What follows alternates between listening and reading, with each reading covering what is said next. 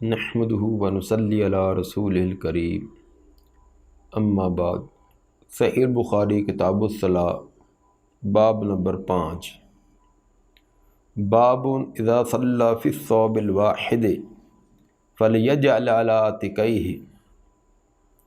باب ہے اس سلسلہ میں جب کوئی نمازی ایک ہی کپڑے میں نماز ادا کرے فلیجعل علی عاتقیہ، تو اس کپڑے کو اپنے کندھوں پر ڈال لے۔ کندھے اگرچہ عورا میں شامل نہیں ہیں، لیکن حق صلاۃ میں سے یہ چیز ہے کہ ان کو ڈھانپا جائے۔ یہ نماز کا حق ہے کہ جیسے سطر کو ڈھانپا جائے اسی طرح کندھے کو بھی ڈھانپا جائے۔ جیسے اندھیرے میں کوئی تنہائی کے وقت اکیلا نماز پڑھے تو سطر کو ڈھانپنا تب بھی لازم ہے۔ سطر صرف دوسروں سے نہیں، رات کے اندھیرے میں تنہائی کے اندر نماز ادا کرے تو سطر کا ڈھانپنا وہاں بھی لازم ہے، کہ کوئی نماز کا ایک حق ہے، دربار الہی میں پیش ہونے کے یہ آداب میں سے ہے۔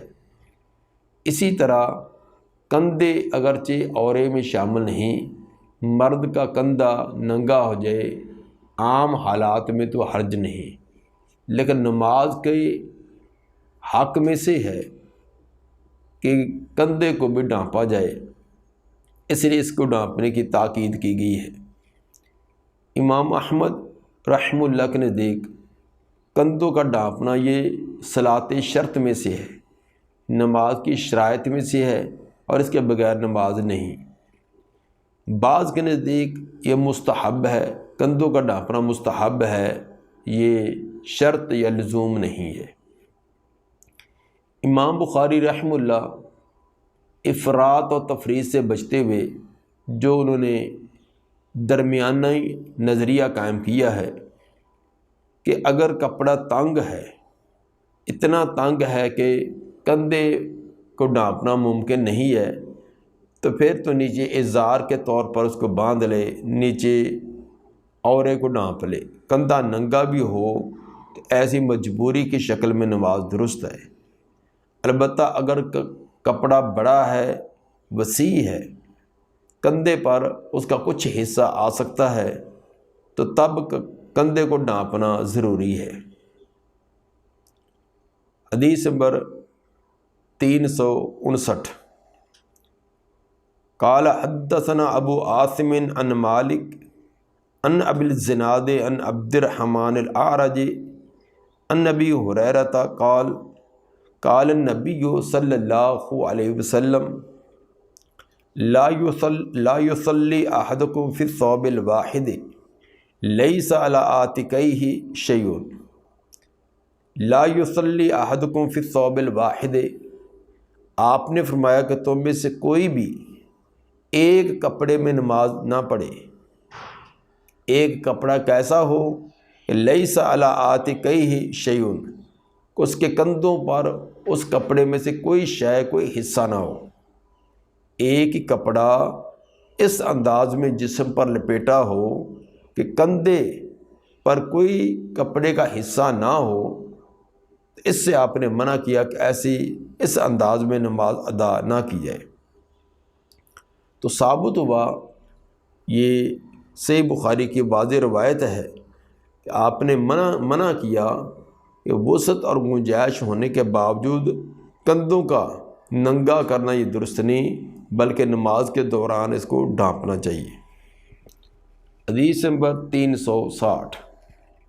قال حدثنا ابو نعیم قال حدثنا شیبان عن یحیی بن ابی کثیر عن اکرمہ قال سمعتہ او کنت سألتہ۔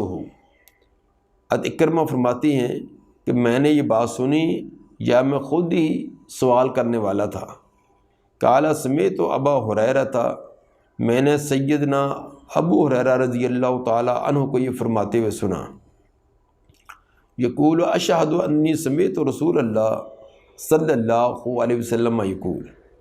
سیدنا ابو ہریرہ رضی اللہ تعالیٰ عنہ فرماتے تھے کہ میں گواہی دیتا ہوں، میں شہادت دیتا ہوں کہ میں نے رسول اللہ صلی اللہ علیہ وآلہ وسلم کو یہ فرماتے ہوئے سنا، من صلی فی ثوب فلیخالف بین طرفیہ، جو آدمی ایک ہی کپڑے میں نماز ادا کرے تو وہ اس کپڑے کی اطراف کو مخالف سمت میں ڈال لے۔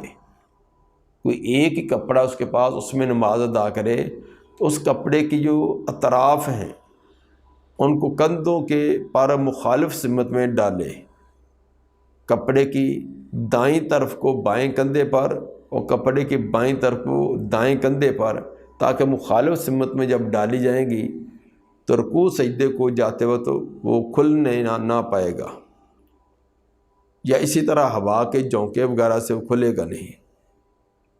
اگر کپڑا وسیع ہے تو اس کے مخالف سمتیں کندھوں پر ڈال لینا کافی ہے۔ اگر کھلنے کا خطرہ ہو تو پیچھے اس کی گرہ لگا لی جائے گدی کے پیچھے، تاکہ کھلنے نہ پائے، جس طرح کہ آگے والی روایت میں اس کی وضاحت ہے۔ باب نمبر 6، باب اذا کان الثوب ضیقا، باب ہے کہ جس وقت کپڑا تنگ ہو، چھوٹا کپڑا ہے، تنگ ہے، تو نماز کے وقت اس کو جسم پر کیسے لپیٹا جائے، کیسے جسم کو ڈھانپا جائے۔ حدیث نمبر 361، قال حدثنا یحیی بن صالح قال حدثنا فلیح بن سلیمان عن سعید بن الحارث قال سألنا جابر بن عبداللہ عن الصلاۃ فی الثوب الواحد۔ حضرت سعید بن حارث فرماتی ہیں کہ ہم نے اپنے استاد سیدنا جابر بن عبداللہ رضی اللہ عنہما ان سے سوال کیا، سوال تھا عن الصلاۃ فی الثوب الواحد، ایک ہی کپڑے کے اندر نماز ادا کرنے کا طریقہ کیا ہے۔ فقال، انہوں نے فرمایا، خرجت مع النبی صلی اللہ علیہ وسلم فی بعض اسفارہ، کہ میں اپنی طرف سے بیان کرنے کے بجائے جو نبی کو دیکھا وہی طریقہ آپ کو بتلاتا ہوں، کہ نکلا تھا میں نبی صلی اللہ علیہ وسلم کے ساتھ بعض سفروں میں صحیح مسلم کے حدیث نمبر 308 میں اس کی وضاحت ہے کہ غزوہ بوات کے وقت یہ جابر رضی اللہ تعالیٰ عنہ آپ کے ساتھ نکلے، اور آپ نے حضرت جابر رضی اللہ تعالیٰ عنہ کو اور جبار بن صخر ان دونوں کو کسی مہم پر بھیجا کہ آپ قافلے سے آگے آگے جائیں اور جہاں کہیں پانی ہو تو اس پانی کا انتظام کریں، پانی کی تیاری کریں۔ اس مقصد کے لیے ان کو بھیجا تھا۔ یہ بھی صحیح مسلم کے حدیث نمبر 3010 کے اندر اس کی صراحت بھی ہے۔ فجئت لیلۃ لبعض امری، میں آیا رات کے وقت بعض کسی کام کے لیے آپ کے پاس آیا۔ آنے سے مراد وہی جس مقصد کے لیے بھیجا تھا اس کی اطلاع دینے کے لیے۔ فوجدت یصلی وعلی ثوب واحد، میں نے آپ کو پایا کہ آپ نماز ادا فرما رہے تھے اور میرے اوپر ایک ہی کپڑا تھا، میرے جسم پر ایک کپڑا تھا۔ فاشتملت بہ، میں نے اس کا استعمال کیا ہوا تھا، جسم پر لپیٹ لگائی ہوئی تھی۔ وصلیت الی جانبہ، اور میں نے بھی آ کر نماز شروع کر دی آپ کے ایک پہلو میں، آپ نماز ادا کر رہے تھے، آپ کے پہلو میں آ کر میں نے بھی نماز شروع کر دی۔ فلما انصرف، جب آپ نے نماز سے انصراف فرمایا، نماز مکمل کی، قال مسورا یا جابر، آپ نے پوچھا کہ رات کے وقت آنا کیسا اے جابر رات کے وقت آپ کا آنا کیسے ہوا؟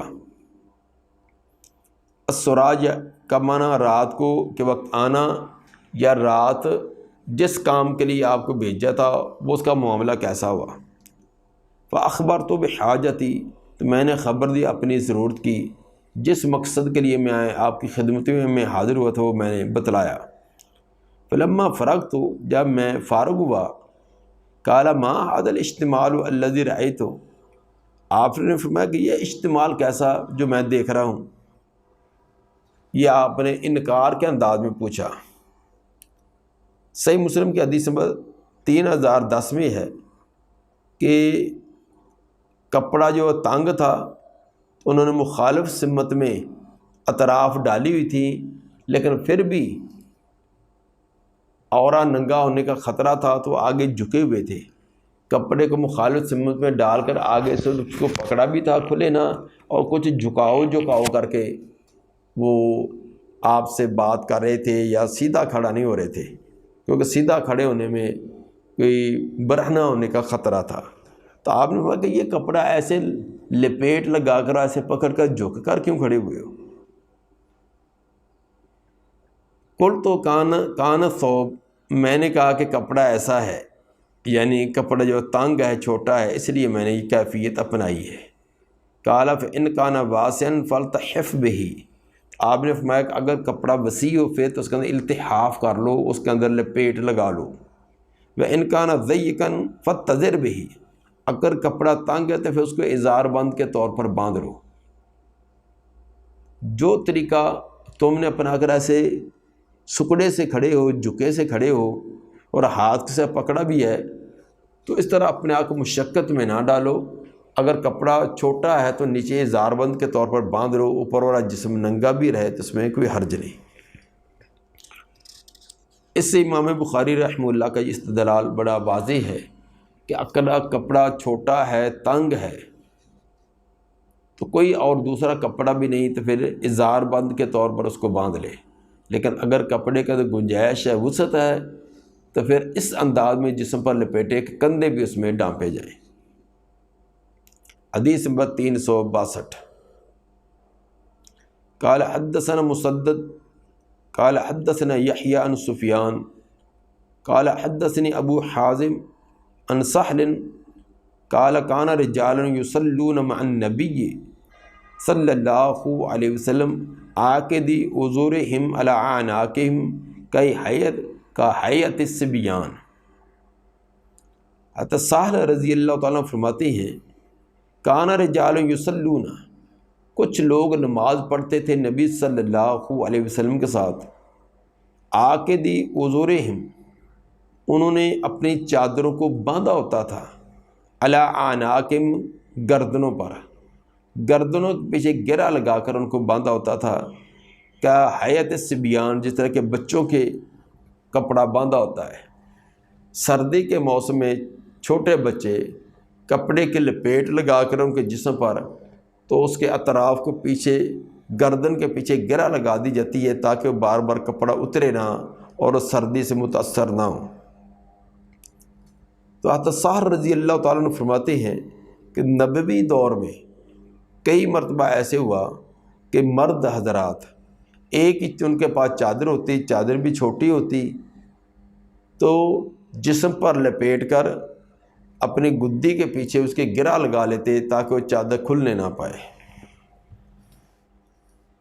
وقال للنساء، اور آپ نے عورتوں کو یہ حکم دے رکھا تھا، لا ترفعن رؤوسکن، نہ اٹھایا کرو تم اپنا سر، حتی یستوی الرجال جلوسا، یا تک سیدھے مرد جو بیٹھنے کی کیفیت میں ہو جائیں۔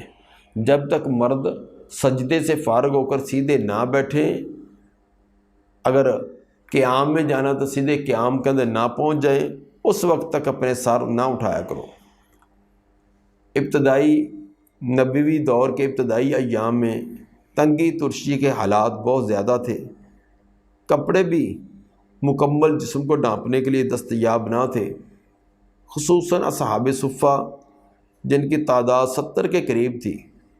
تو سیدنا ابو ہریرہ رضی اللہ تعالیٰ عنہ فرماتے ہیں میں نے ان کو بارہا دیکھا کہ ان کے پاس ایک ہی چادر ہوتی تھی، وہ بھی جسم کو ڈھانپنے والی نہ ہوتی تھی، بلکہ اکثر نے وہ بھی ازار بند کے طور پر باندھی ہوتی تھی، ایسے تنگی کے حالات تھے۔ تو مطلب اس کا یہ تھا کہ لوگوں کے پاس ایک ایک چادر ہوتی، وہ بھی پورے جسم کو ڈھانپنے والی نہ ہوتی، تنگ چادریں ہوتی۔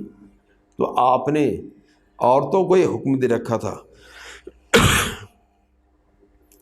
کہ وہ سجدے سے سارا جلدی نہ اٹھایا کریں، بلکہ مرد جب سیدھے بیٹھ جائیں تشہد کی حالت میں تو پھر وہ سجدے سے سر اٹھائیں۔ وجہ یہی تھی کہ مردوں کے صفیں آگے ہوتی ہیں عورتوں کے پیچھے، اور مردوں کے کپڑے وہ تنگ ہوتے تھے، تو اگر عورتیں بھی ساتھ ہی سر اٹھائیں تو ممکن ہے کہ کسی کا جسم کا کوئی حصہ ننگا ہو جائے، تو کپڑا تنگ ہونے کی وجہ سے وہ تو مجبور ہے، اس کا وہ تو صاحب عذر ہے، لیکن عورتوں کی نظر بھی ایسے نہ پڑے، تو اس کے اندر کپڑوں کی تنگی کی وجہ سے آپ نے عورتوں کو حکم دے رکھا تھا کہ مرد جب سجدہ کر کے سیدھے بیٹھ جائیں تو پھر تم سر اٹھایا کرو۔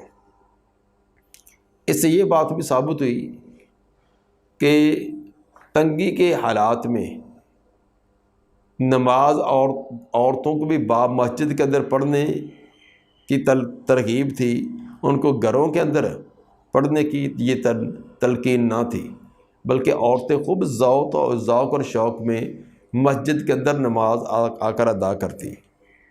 تو جب ایسے حالات کے اندر آپ نے ان کو گھروں کے اندر نماز کی بجائے مسجد کے اندر ترغیب دلائی ہے، تو آج کے حالات جب ہر طرح کے تحفظات ہیں تو اب ہم عورتوں پر یہ پابندی لگائیں، خصوصاً 8ویں دن ایک جمعہ ادا کرنا ہوتا ہے، اس کے لیے بھی عورتوں کا اہتمام نہیں، یا اگر اہتمام ہے تو عورتوں کے آنے کا کوئی اپنا انتظام نہیں۔ تو یہ ہماری دین سے کیسے آہستہ آہستہ اس میں اعراض اور اس کے اندر بے توجہی ہوتی جا رہی ہے۔ تو یہاں مسجد کے اندر اور لاکھوں روپے کے انتظامات ہوتے ہیں، اور اس کے اندر کوئی اسراف بھی ہوتے ہیں، کلین کے اوپر کلین، اعلیٰ سے اعلیٰ ٹائل لگائی جا رہی ہے، رنگو روغن کی طرح طرح کے انتظامات ہیں، اور روشنیوں کے کمکمے ہیں۔ تو جہاں مسجد کے اندر 20 بلب اور ٹیوبیں لگائی ہوتی ہیں روشن کرنے کے لیے، وہاں باطن کو، اندرون کو روشن کرنے کا بھی کوئی انتظام کر لینا چاہیے کہ 2-4 بلب کوئی ایسے بھی ہونے چاہیے جس کے اندر انسان کا دل و دماغ روشن ہو، کوئی قرآن مترجم، حدیث مترجم، سیرت کی کتاب مسجد کے اندر یہ ہونی چاہیے، تاکہ نوجوان اس کا مطالعہ کریں اور ان کو قرآن کی، احادیث کی، سیرت نبوی، سیرت صحابہ، اسلاف کے واقعات، ان پر بھی وہ بھی ان کے ذہن کے اندر رہیں اور ان کو ترغیب ان کی ملتی رہے۔ اسی طرح عورتوں کے انتظامات بھی، تو اگر 5 نمازوں کے ہم نہیں کر سکتے، یہ تو ہمارے اندر تب اتنی کمزوری ہے، تو 8ویں دن قیامت کا جمعے کا انتظام ہو۔ کئی مساجد ہیں، عورتیں جمعے کے لیے آنا چاہتی ہیں لیکن مسجدوں کا انتظام نہیں ہے، تو یہ انتظامات ہمیں کرنے چاہیے تو یہ کہ 5 نمازیں اگر کہ عورت آنا چاہتی ہے تو مرد روک نہیں سکتا، اگر عورت آنا چاہتی ہے تو خامد بھی اس کے لیے رکاوٹ نہ بنے۔ تو باقی حالات کا رونا، کیا رونا، یہ تو ہمارے عذر بہانے ہیں۔ شاپنگ کے لیے ہماری تمام کی عورتیں بازار میں جا سکتی ہیں جہاں رش ہی رش ہوتا ہے، شادی کے موقع پر عورتیں جا سکتی ہیں، غمیوں کے موقع پر مردوں کے اندر گھسی ہوتی ہیں، کندھے پر کندھا لگ رہا تھا، دھکم پیل ہو رہی ہوتی ہے۔ جب ان حالات کے اندر شادیاں اور غمیاں ان کو پورا کیا جا رہا ہے تو باپردہ حالت میں ایک مسجد کے اندر جانا ہی مشکل ہو جاتا ہے۔ بہرحال آپ نے فرمایا کہ لا ترفعن رؤوسکن، تم اپنے سروں کو نہ اٹھایا کرو، حتی یستوی الرجال جلوسا، جب تک مرد سیدھے بیٹھ جائیں۔ دعا ہے کہ اللہ تعالی نبی صلی اللہ علیہ وسلم کی تعلیمات کو کما حق ہو تسلیم کرنے، تعمیل کرنے کی توفیق عطا فرمائے۔ سبحان ربک رب العزت عما یصفون، والسلام علی المرسلین، والحمد للہ رب العالمین۔